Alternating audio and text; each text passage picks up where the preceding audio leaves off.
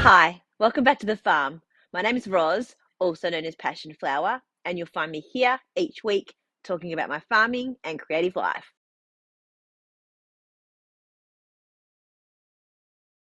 Straight into business talk this week because honestly, around the farm, everything has been pretty much the same as it's been the last few weeks, so nothing new to update you on. As this video goes live, I will be setting up my market stall at the Birregurra All About Fibre and Yarn Market. So I hope to see you there, and I'm always happy to say hi and have a chat. I have been organising all of my fluff and my Christmas yarn, so I will have that ready for the market. I showed you these last week. These are the Christmas ornaments that I have designed. So I'll have a very limited number of these available at the market as well. And I'll have these in November and December also. My Christmas yarn will be available. I've got a very small quantity.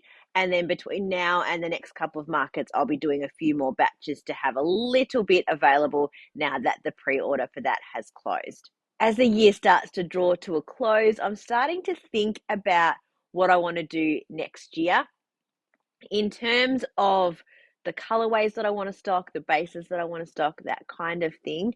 I'm thinking that I might sort of do a bit of a clear out and a refresh of the colorways, and maybe even sort of come up with a bit of a plan for what will be coming out throughout the year rather than trying to do too much and have everything available all of the time.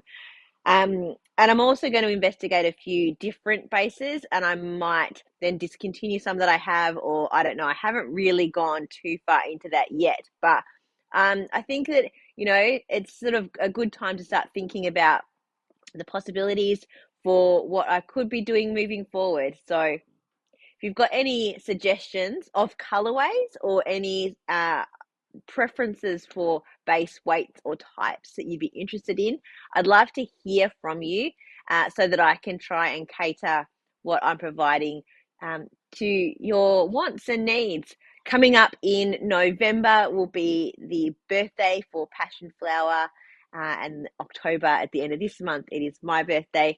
So as I've done the past few years, I will be doing another question and answer episode. So if you have any questions for me about life here on the farm, about yarn dyeing, or about my market stalls, or about any kind of knitting, anything that I've talked about here, I'd love to hear from you so that I can share the answer with everybody.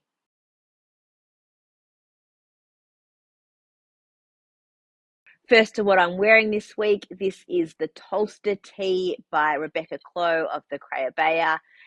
This is the first one that I knit, and it is out of the Queen of Cups colorway from Toil and Trouble Yarns that are based out of Salem in the US, and my sister bought this for me last year when they went there for a holiday. So it's lovely souvenir gift yarn that I was able to make into a really comfortable, functional t-shirt that I tend to want to wear quite a bit. So I'm really happy that it's getting to the weather where I actually can. Having put this on, and also with my cast on from last week, which I will share just in a little bit, I do want to talk about repeat knits and what makes something worthwhile repeat knitting.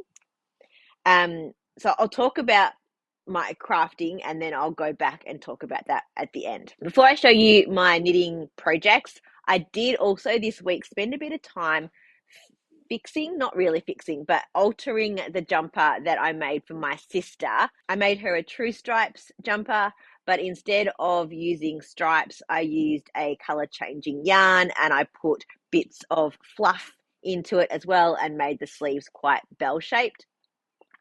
And the neck was quite low on it, and she's been wearing it, but she said they're going to go back to America and it's going to be quite cold, and she thought that it'd be much more functional if it had a much higher neck on it so that she could wear it with other things underneath that had a high neck, and also to keep her much warmer. So I ripped back the neckband that I had put on, and to make it a bit tighter, I picked up less stitches and I used the white fluff, which has a little less flexibility in it than the wool, and did a couple of rounds of just it first. And then I added the pink ribbing back on top of that. It took me a few different goes of the ribbing before she was happy with it. The first one, I did the same number of rows as I had done on the hem, and she decided that it didn't feel long enough. So she then said, "I'll make it much longer, so more like a turtleneck, cowl neck kind of thing." And when I did that, it then didn't fit over her head. Although, I mean, it probably would have, like if I really blocked it out aggressively. But then she wasn't happy with that and thought it felt a bit weird. And I had said that to her. I was like, I'm pretty sure that it's about right where it is. So then I ripped back again and made it slightly longer than the first attempt. So it ended up being probably about 15, 16 rows of 2x2 rib, and then I bind off really loosely. And I think that now it's a much better fit. And with that white fluff, it's holding its shape much better. It was really starting to droop because it is quite a heavy garment, but now that's providing a little bit of structure. So to my actual more project knitting than just fixing something else, I have made quite a bit of progress on my second little love. Well, actually, I'm doing the long love, but it's basically the same pattern except just a long version. So I have done all of the back down to the where you split for the sleeves, and I've joined along one side of the collar neckband, and I've knit down, and I have just finished the right sleeve.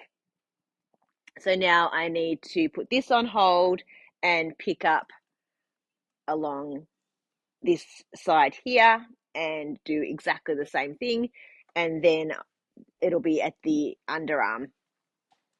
And I'm knitting this out of the 4-ply, and it is Dizzy Devil Yarns, a company from Tasmania.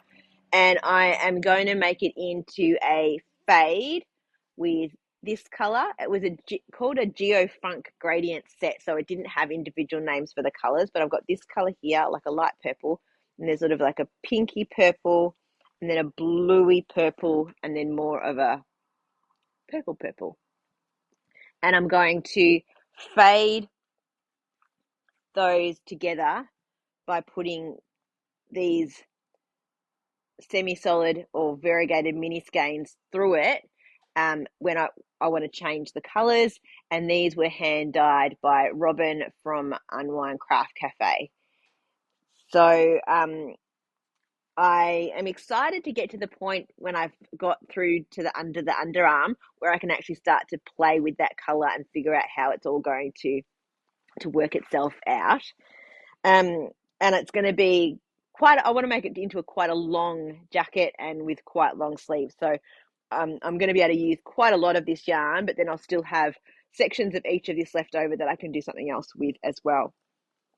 So this is nice, mindless knitting. I've got just a little bit of detail, and I've got that marker in to remind me where I need to switch over to doing the ribbing, but it's pretty obvious once you actually get it established.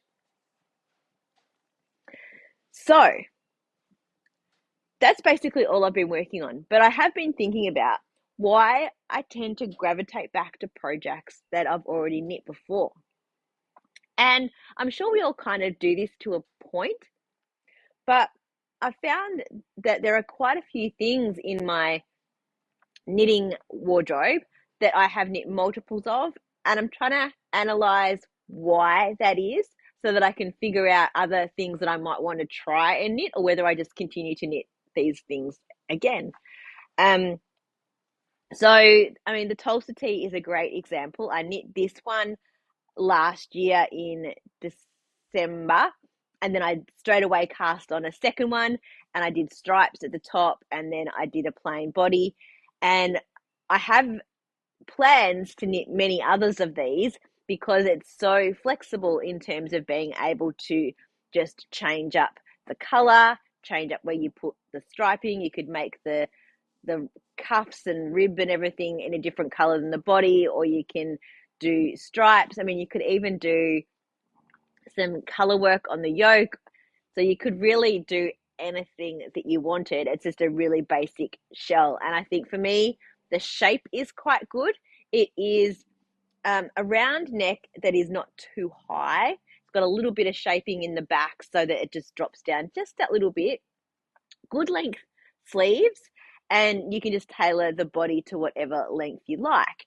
And this love jacket pattern is, again, quite basic. I like a cardigan that flows open, not one that has buttons necessarily. I do have a couple with buttons, but it's not really my preference. So to have, this is the first one that I made, and it just sits really nicely on me. The drop shoulder works really well for me. This kind of collar works really well.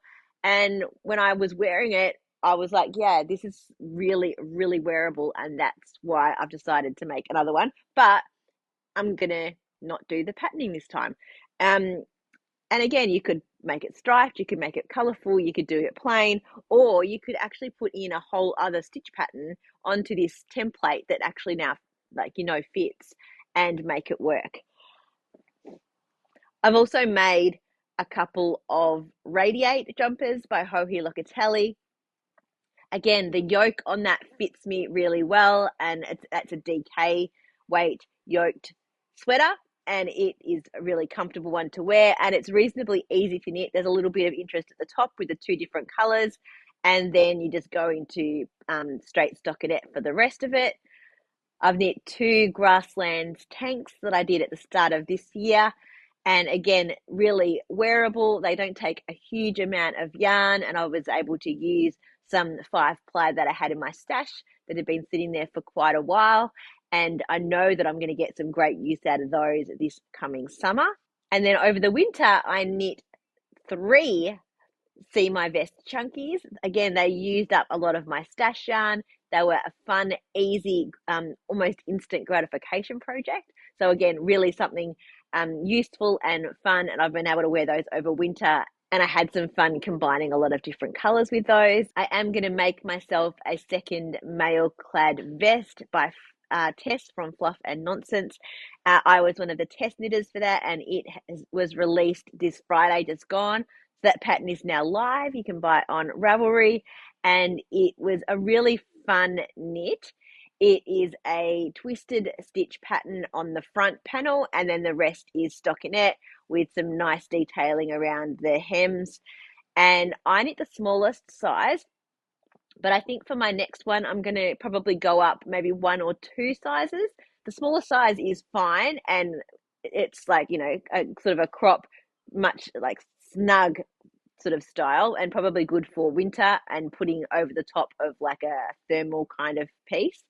But I'm thinking maybe if I go up a size or 2, I could wear it just as like a vest, or it would go well over something that's a bit looser.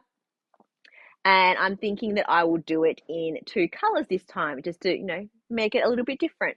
So, and it was a really quick, enjoyable knit. So I'm looking forward to doing that again. There was enough interest without it being overly complicated.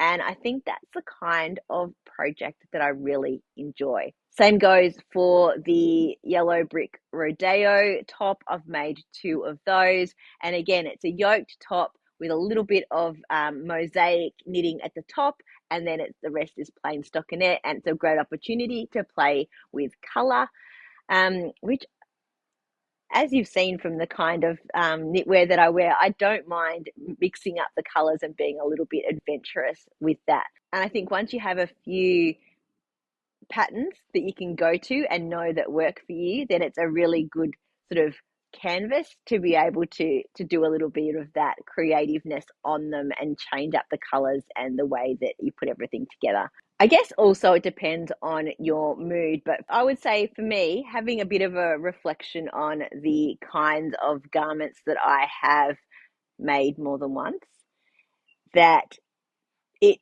is for me about wearability and comfort, and being able to take that template and shape and be able to add a little bit of creative flair and difference, so that you can kind of wear the pieces as uniform, you know what I mean? Like that you can just throw it, that it's going to fit you.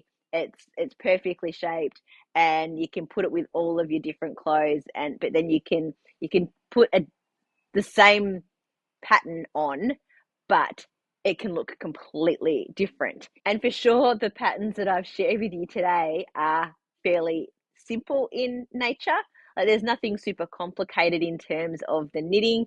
I obviously do more complicated knitting, like the winter song that I've put a pause on for the moment, and I've done cables and lace and all that kind of thing.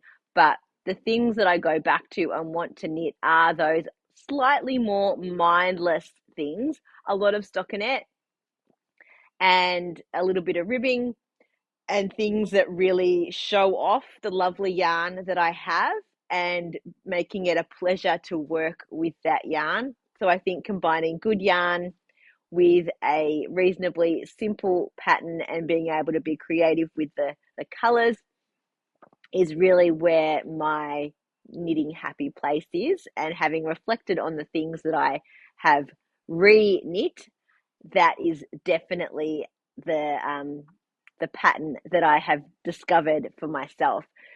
And I have no issue with knitting the same thing again because, as I said, I know that it actually is going to work for me.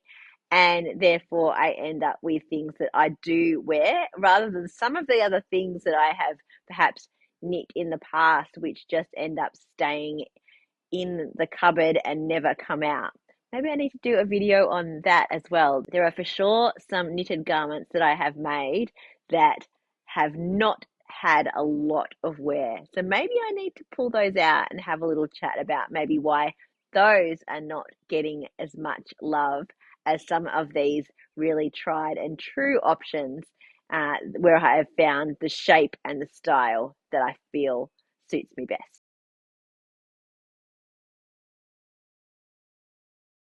Well, that's it for another week. Thanks for spending some time with me. If you're enjoying these videos, please give me a thumbs up and subscribe to my channel. I look forward to seeing you next week on the farm. Bye.